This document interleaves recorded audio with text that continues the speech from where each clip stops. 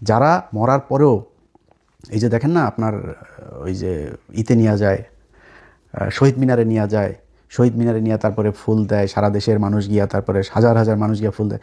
ওরে ওই ফুল যার কপালে আসে, যেই কয়জনের কপালে এই ফুল জুটেছে, সব কয়টা মনে করবেন যে জুতা খেয়েছে।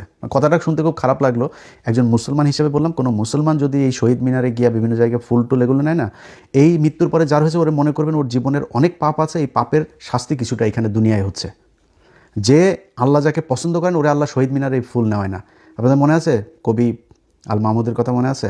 আল মাহমুদ ভাই কিন্তু একজন মানে আমার দেখা একজন সবচেয়ে মানে শ্রেষ্ঠ মানুষদের মধ্যে বাংলাদেশের একজন উনি। পিয়াস করিমের কথা মনে আছে?